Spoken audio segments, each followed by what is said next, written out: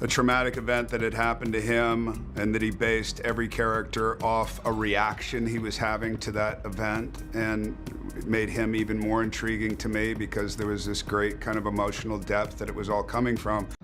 Oh, here we go. Yeah.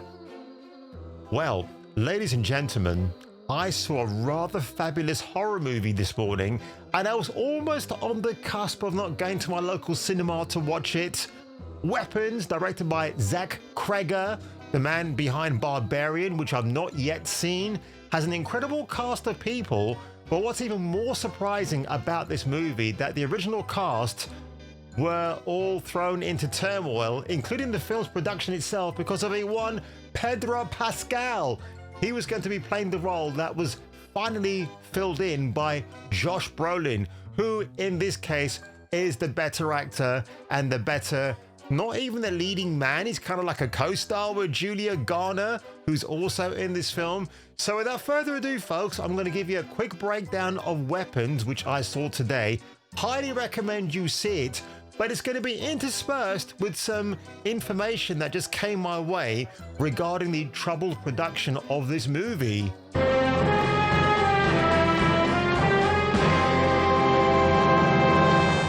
Eat lightning and shit thunder with Jason King on Kung Fu Hot Dog. Rated R. Starts Friday, June 22nd at theaters everywhere. Weapons, 2 hours and 8 minutes. It's got a solid 8 out of 10 based on 5,500 reviews. Julia Garner, I have to say, this woman is rather interesting because I shouldn't find her attractive, but I do. There's something about her that I find absolutely captivating. Not only is she a terrific actress, again, remember her in Ozark as Ruth Longmire? She was fantastic in that role, and I believe she won Emmys as well for that portrayal. She's really, really good. She's excellent in this film, by the way. There's a couple of times where she goes into full Scream Queen mode, and it really shatters your ears. So just to give you a bit of a lowdown on this movie, because the trailer doesn't really reveal a lot, and I'm glad that it doesn't. So allow me to switch screens, folks, while I get back to this portion of the review of Weapons. Now, when it begins, it's rather interesting because you're fooled into thinking that this is going to be centered around one character, Justine, as played by Ms. Garner. Except that's not how it unfolds. So basically it's broken up into about 4 or 5 chapters highlighting different characters that you see. And what is, you can kind of, in a way, it's almost like a video game setup where we bring in one character and then the next scene you see this new character that you just saw in the previous scene, and this is the cycle of events throughout the movie, which I really, really like. Benedict Wong is in this, and he is really, really good. He has some really good moments to literally chew the scenery. So if you don't know the story already, 17 school kids are missing in a small Pennsylvania town. Nobody knows why they ran out of their houses, doing the old T-bird running across the streets and the hills, and they suddenly aren't seen anymore. Is it alien abduction? No. Is it a hint of something more sinister? Yes. What could that be, Kung Fu? Well, I can't tell you, you fools. You have to go and watch the film yourself.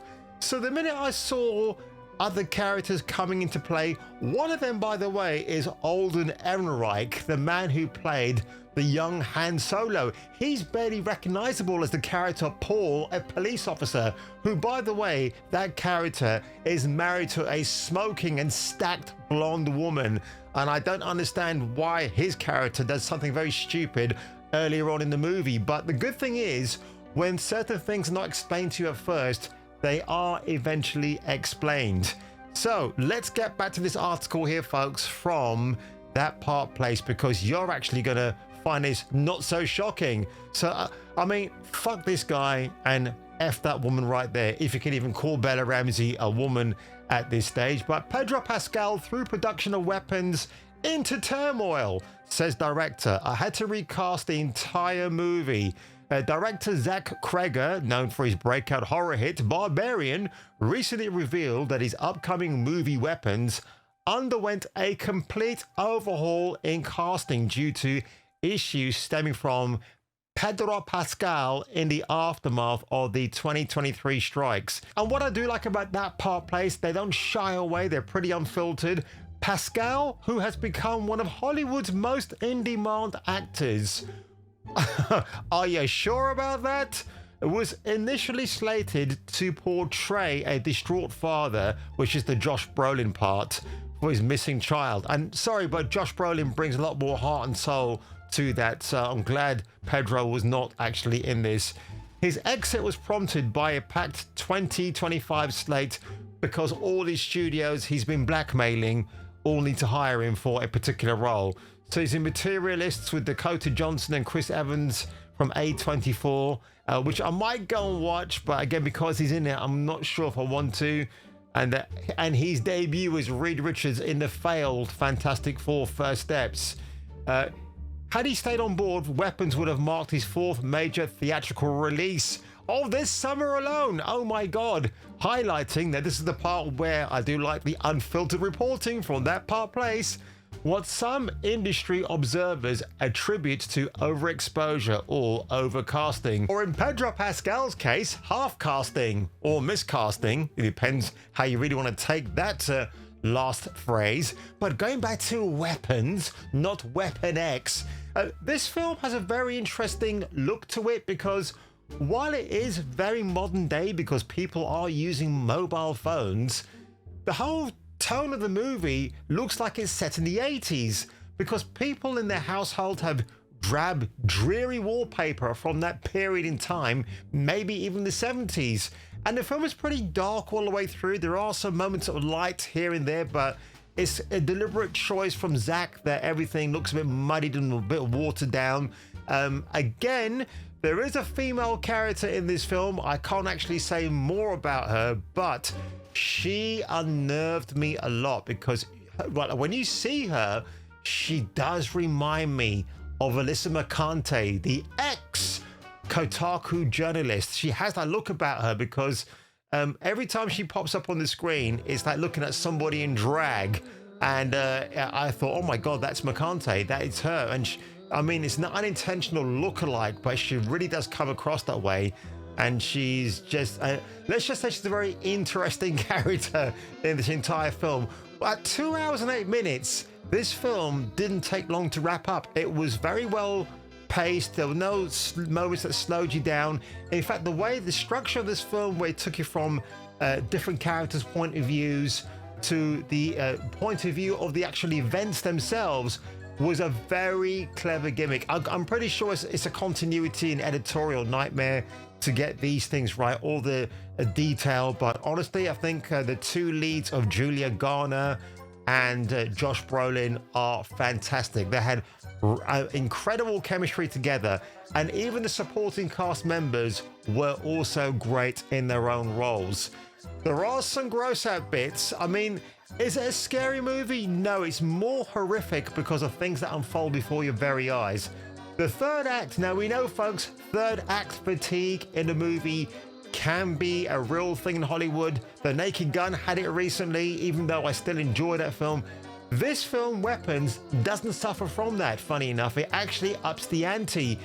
And actually, at one point, it's pretty funny before the final conclusion of what actually happens around the 17 kids. And what, yeah, I'm not going to say anymore because honestly, you might figure it out earlier on what it could be, and then it's almost like watching old school Sam Raimi in some respects, because again, with certain characters that pop up on the periphery, you think to yourself, oh, Bruce Campbell would have been good in a film like this if they made this movie like 10 or 15 years ago, but sadly he's not. And it's interesting that, again, this director, Kreger, seems to be almost siphoning the DNA of Sam Raimi for this movie, and it actually works a treat. So I will say Weapons is an absolute must-see. I may go and watch it again week after next, but I watched it on the super screen today at Cineworld. Not many people in the audience, but what would you expect for an 11 a.m. screening?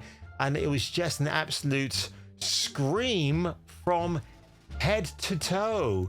And if you enjoyed this quick fire review today for weapons, make sure you leave a like below, smash that subscribe button, and if I were you and if you were me and Pedro Pascal pops up in another film that you were dying to see, then maybe leave that behind and watch one of my other videos instead.